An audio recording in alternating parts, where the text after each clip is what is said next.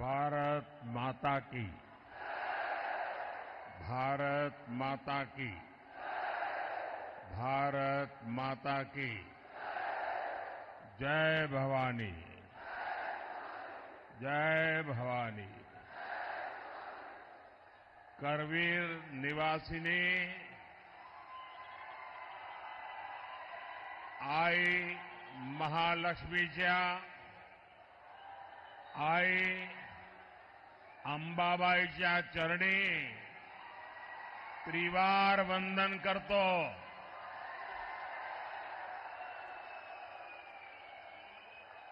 तमाम कोल्हापूरकरांना माझा नमस्कार।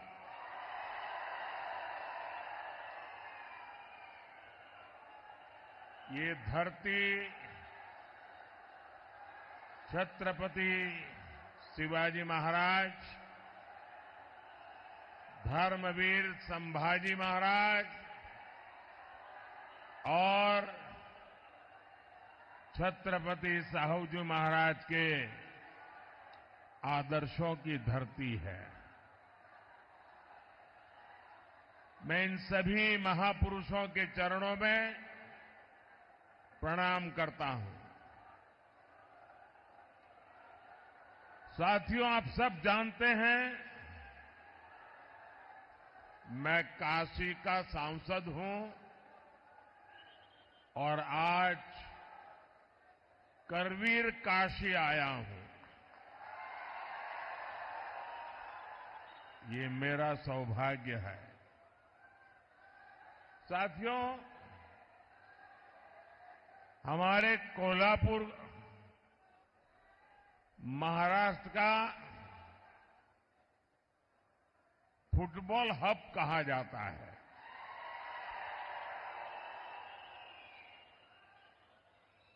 फुटबॉल यहां के युवाओं में बहुत पॉपुलर है और आपको अगर फुटबॉल की भाषा में मैं बताऊं तो कल दूसरे चरण का मतदान पूरा होने के बाद बीजेपी और एनडीए 2-0 से आगे चल रहे हैं।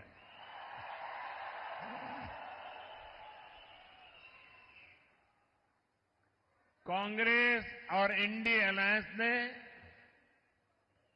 देश विरोधी और नफरत की राजनीति के 2 सेल्फ गोल कर लिए हैं और इसलिए ये पक्का हो गया है फिर एक बार, फिर एक बार, फिर एक बार। अच्छा, जरा एक और नारा बुलवाना चाहता हूं आज कोल्हापुर की धरती पर। आप बोलेंगे? अभी मैं बोल रहा था फिर एक बार, अब मैं नहीं बोलूंगा, आप बोलेंगे फिर एक बार, ठीक है? गरीबों की सरकार, गरीबों की सरकार, एससी, एसटी, ओबीसी की सरकार, विकास को समर्पित सरकार, युवा को अवसर देने वाली सरकार, महिलाओं को सुविधा देने वाली सरकार। शाबाश।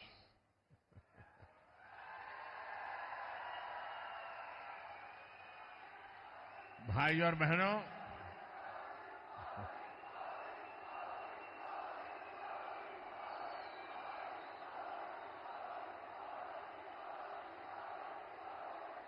अब तीसरे चरण में बॉल कैरियर की जिम्मेदारी कोल्हापुर वासियों के पास आने वाली है। मुझे विश्वास है आप ऐसा गोल दागेंगे, ऐसा गोल दागेंगे कि आगे के सारे राउंड भी इंडिया अलायंस वाले चारों खाने चित रहेंगे।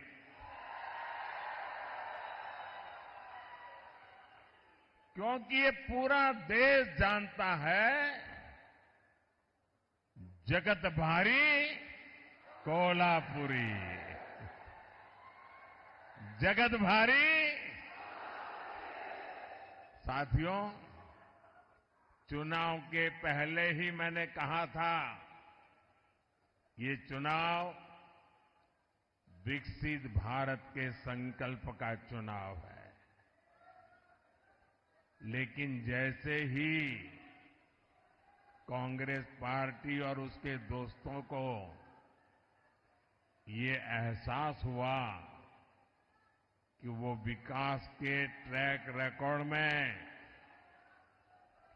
एनडीए की बराबरी नहीं कर सकते, उन्होंने अपनी रणनीति बदल ली।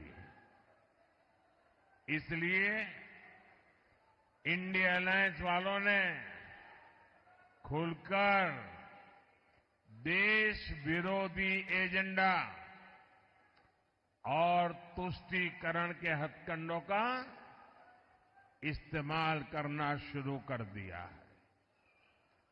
अब कांग्रेस का एजेंडा है कि वो सरकार में आने के बाद कश्मीर में आर्टिकल 370 वापस ले आएंगे।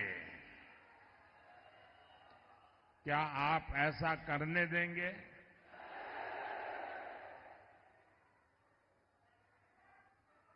अब किसी में हिम्मत है कि मोदी के इस कदम को पीछे हटा सके? ये लोग कह रहे हैं कि इनकी सरकार बनी तो ये लोग सीएए कानून रद्द कर देंगे। क्या ये देश उनको करने देगा? और अगर करने जाएंगे तो उनकी हालत क्या होगी, उनको पता है क्या? अब आप मुझे बताइए, जिन लोगों के 3 अंकों में लोकसभा सीट जीतने के लाले पड़े हो, क्या ये इंडिया अलायंस वाले सरकार के दरवाजे तक भी पहुंच सकते हैं क्या? और उनका तो हाल ये है जी, वो ऐसी फॉर्मूला बना रहे, 1 साल 1 पीएम, ये फॉर्मूला निकालने में लगे हैं। अगर 5 साल मौका मिले तो 5 प्रधानमंत्री। अब इनको इसकी आदत हो गई। कर्नाटका में भी अभी सरकार बनी, उनकी पार्टी, उनका विजय। फॉर्मूला क्या? 2.5 साल 1 मुख्यमंत्री, 2.5 साल के बाद जो डिप्टी सीएम है वो मुख्यमंत्री। ये खेल खेल रहे। इन्होंने छत्तीसगढ़ में फॉर्मूला बनाई थी, 2.5 साल 1 मुख्यमंत्री, दूसरे 2.5 साल दूसरा मुख्यमंत्री। उन्होंने राजस्थान में फॉर्मूला बनाई थी, 2.5 साल 1 मुख्यमंत्री, दूसरे 2.5 साल। और हुआ क्या? ये फॉर्मूला निकालने वाले लोग 5 साल में 5 प्रधानमंत्री देश पर थोपने के सपने देखने वालों को ये देश कभी भी सहन करने वाला नहीं है। और इसलिए ये लोग देश पर गुस्सा उतार रहे हैं। कर्नाटका और तमिलनाडु में कांग्रेस और इंडिया अलायंस के लोग क्या भाषण कर रहे हैं? दक्षिण भारत को तोड़कर अलग देश बनाने की मांग कर रहे हैं। आप मुझे बताइए, अहद पेशावर, अहद पेशावर तहत तंजावर, हिंदवी स्वराज्य।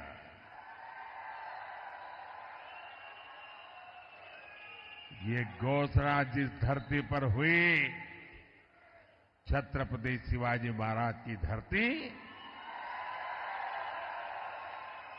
क्या कभी भी कांग्रेस के ऐसे एजेंडे को स्वीकार करेगी क्या?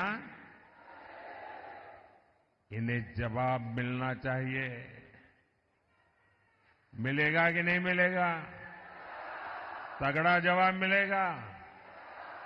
साथियों, अयोध्या में राम मंदिर का 500 साल पुराना सपना पूरा हुआ।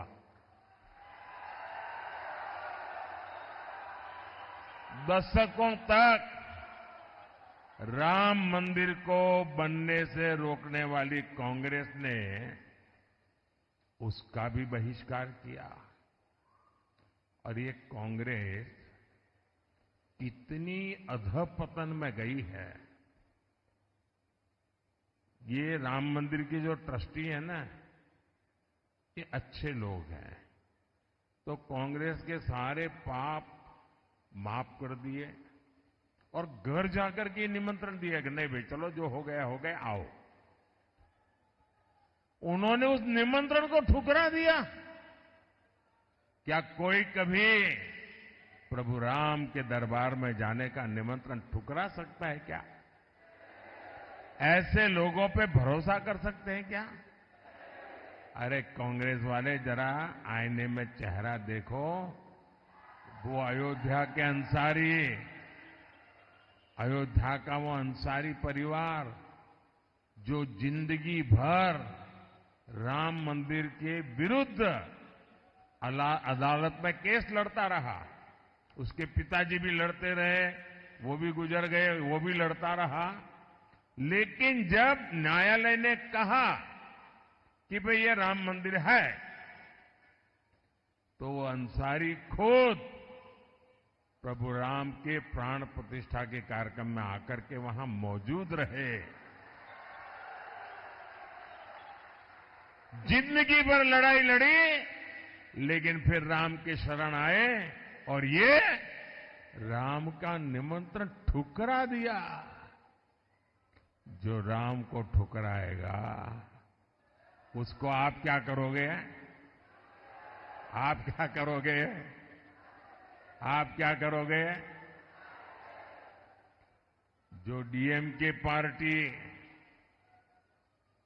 वो उनकी खासम खास वो कह रही है, सनातन को गालियां देने पर अब उतारू है। कहती है ये सनातन तो डेंगू है, मलेरिया है। और जो लोग सनातन के विनाश की बात करते हैं, उन्हें इंडी अगाड़ी के लोग महाराष्ट्र बुलाकर उनका सम्मान करते हैं। ये दृश्य देख करके मुझे तो सोचता हूं बाला साहब के पर कितनी बीती होगी, बाला साहब ठाकरे के मन पर कितनी चोट पहुंची होगी। ऐसे लोग हैं ये। इतना ही नहीं, इंडी अगाड़ी वोट बैंक की राजनीति में इतना गिर गया है कि शिवाजी महाराज की धरती पर ये औरंगजेब को मानने वालों से जाकर के मिल गए हैं। नकली शिवसेना इन सब एजेंडों में इन लोगों के साथ कंधे से कंधा मिलाकर चल रही है। आज बाला साहब ठाकरे होते तो इनकी ये हरकतें बहुत दुखी करती, और आज भी उनकी आत्मा जहां भी होगी सबसे ज्यादा दुखी उनके इन कारनामों से होती होगी। साथियों, तुष्टीकरण और वोट बैंक की राजनीति करने वालों की नजर अब लोगों की कमाई और दलित पिछड़ों के आरक्षण पर पहुंच गई है। कांग्रेस के शहजादे, उन्होंने घोषणा की है कि वो आपकी संपत्ति की, महिलाओं के गहने, और सोने चांदी की जांच करवाएंगे। आपकी कमाई को कांग्रेस उन लोगों में बांटेगी जिनका ये देश पर पहला हक है, ऐसा बताते हैं। तुष्टीकरण के लिए कांग्रेस किसी भी हद तक गिर सकती है।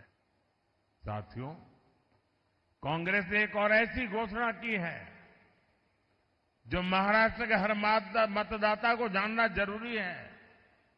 कांग्रेस ने ऐलान किया है कि आप जीवन भर जो कमाएंगे, अपने बच्चों के लिए जो कुछ भी जोड़ते रहेंगे, वो पूरा का पूरा आपके संतानों को नहीं मिलेगा। आज आपके पास गाड़ी है तो आप अपने बेटे को दे सकते हैं, घर है दे सकते हैं, खेत हैं दे सकते हैं। ये कांग्रेस के शाहजादे फॉर्मूला लाए हैं। आपके न रहने के बाद आपकी पैतृक कमाई में से आधा हिस्सा कांग्रेस इनहेरिटेंस टैक्स लगाकर वसूल करना चाहती है। क्या आप अपनी मेहनत करके जो कमाई की है, पाई पाई बचाई है बच्चों के लिए, क्या उससे आप लूटने देंगे क्या? ये कांग्रेस की सरकार जो सपने देखती है उसको पूरा होने देंगे क्या? साथियों, महाराष्ट्र बाबा साहब आंबेडकर, छत्रपति साहू जी महाराज, ज्योतिबा फुले की धरती है। महाराष्ट्र की यह धरती सामाजिक न्याय का प्रतीक है, लेकिन कांग्रेस और इंडी अघाड़ी ने सामाजिक न्याय की हत्या करने की भी ठान ली है। हमेशा बाबा साहब का अपमान करने वाली कांग्रेस अब दलितों, पिछड़ों के आरक्षण पर डाका डालने की तैयारी में है। कांग्रेस महाराष्ट्र समेत पूरे देश में आरक्षण का अपना कर्नाटका मॉडल लागू करना चाहती है। और ये कर्नाटका मॉडल क्या है? इस देश के दलितों ने, आदिवासियों ने, पिछड़ों ने, एससी, एसटी, ओबीसी सबने समझने जैसा है जी। बड़ा भयंकर है मॉडल। कर्नाटका में कांग्रेस सरकार ने ओबीसी कोटे में जो 27% आरक्षण है, वो मुसलमानों को देने के लिए उन्होंने क्या किया? रातों रात एक कागज पे थप्पा मार करके सभी मुसलमानों को ओबीसी बना दिया, रातों रात। और इसके कारण वो ओबीसी का जो कोटा था उसके हकदार बन गए, और जो ओबीसी को मिलता था वो पूरा का पूरा उन्होंने लूट लिया। भाइयों, अब ये फॉर्मूला ये पूरे देश में लागू करना चाहते हैं। आप करने देंगे क्या? करने देंगे क्या? 2012 में इंडी गठबंधन की सरकार ने ये कोशिश की थी, तब ये सफल नहीं हो पाए थे। इसलिए अब कांग्रेस संविधान बदलकर दलित, पिछड़ों का आरक्षण धर्म के नाम पर बांटना चाहती है। ओबीसी के आरक्षण पर यह डाका क्या कभी कोई बर्दाश्त कर सकता है क्या? आप बर्दाश्त कर सकते हैं क्या? आप स्वीकार कर सकते हैं क्या? जिन लोगों ने कर्नाटका में पिछड़ों का आरक्षण छीना है, उन्हें देश में एक इंच भी सफलता नहीं मिलनी चाहिए, अवसर नहीं मिलना चाहिए। साथियों, कांग्रेस और इंडी अघाड़ी का एक ही एजेंडा है, सरकार बनाओ, नोट कमाओ। लेकिन हमने इन 10 वर्षों में समस्याओं के स्थायी समाधान के लिए काम किया। एनडीए ने युवाओं और महिलाओं को केंद्र में रखकर काम किया।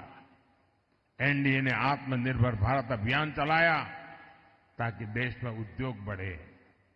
एनडीए ने स्टार्टअप इंडिया अभियान शुरू किया ताकि युवाओं को ज्यादा अवसर मिले।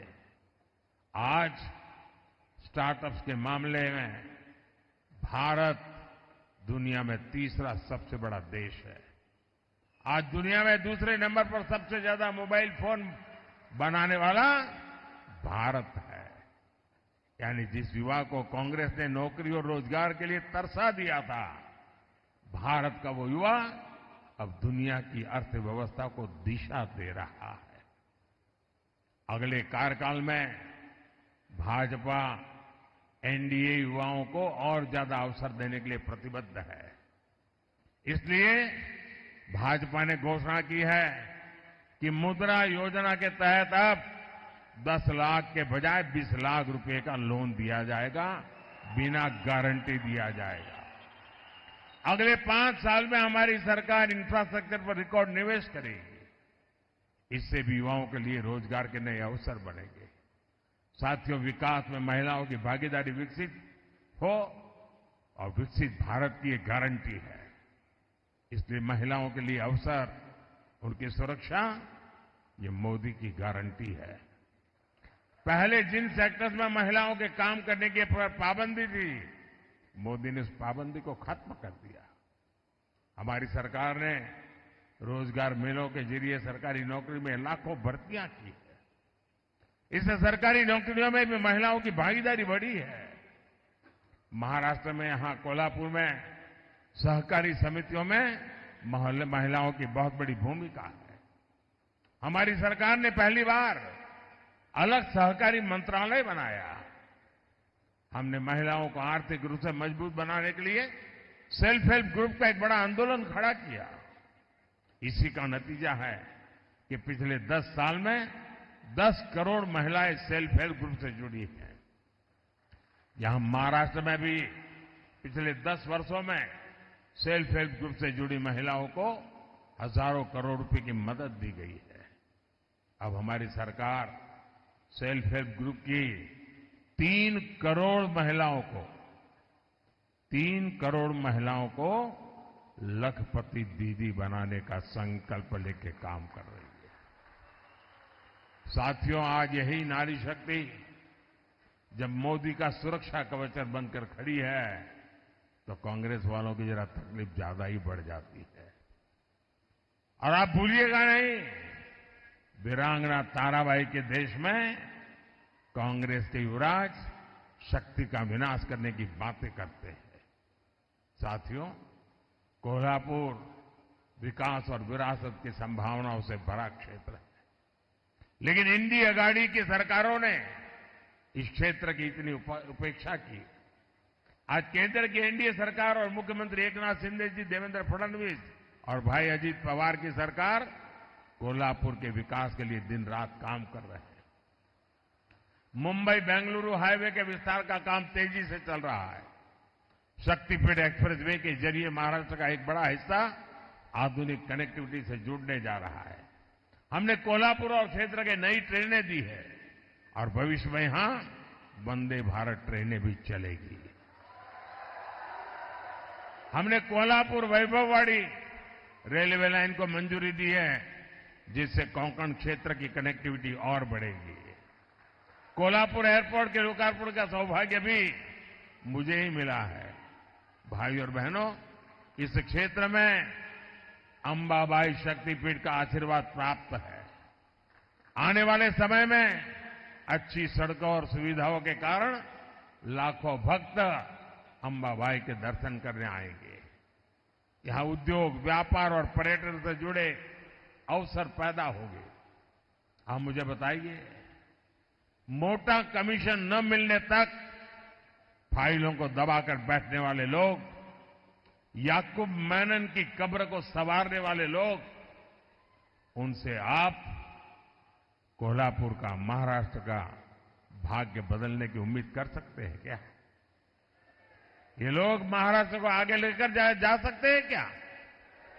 साथियों, 7 मई को महाराष्ट्र और देश का भविष्य तय करने के लिए एक बड़ा अवसर आ रहा है। मेरा आप सबसे अनुरोध है कि कोल्हापुर से एनडीए के उम्मीदवार भाई संजय मांडलिक जी और हाथकणंगले से धैर्यशील माणे जी, इनके पक्ष में भारी संख्या में मतदान करके मोदी के हाथ मजबूत कीजिए।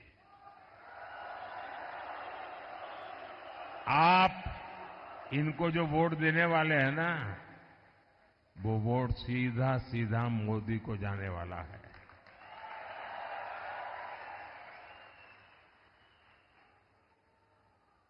लेकिन गर्मी बहुत है, कहीं कहीं शादियां भी है, फिर भी मतदान ज्यादा होगा ना।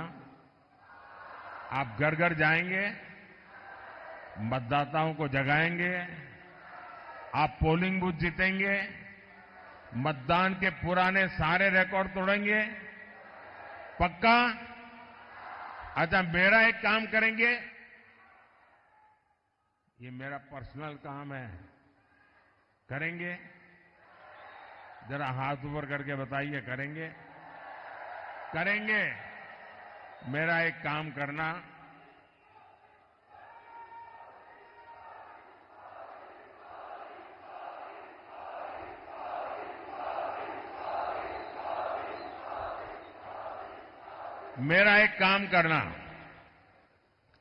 यहां से जाने के बाद आसपास पड़ोस में, गांव में, मोहल्ले में जिन जिन लोगों को मिलना हो जाए, नहीं होता है तो जाकर के मिलिए, मेरी तरफ से मिलिए, और हर एक को कहना कि अपने मोदी जी कोल्हापुर आए थे और मोदी जी ने आपको प्रणाम भेजा है।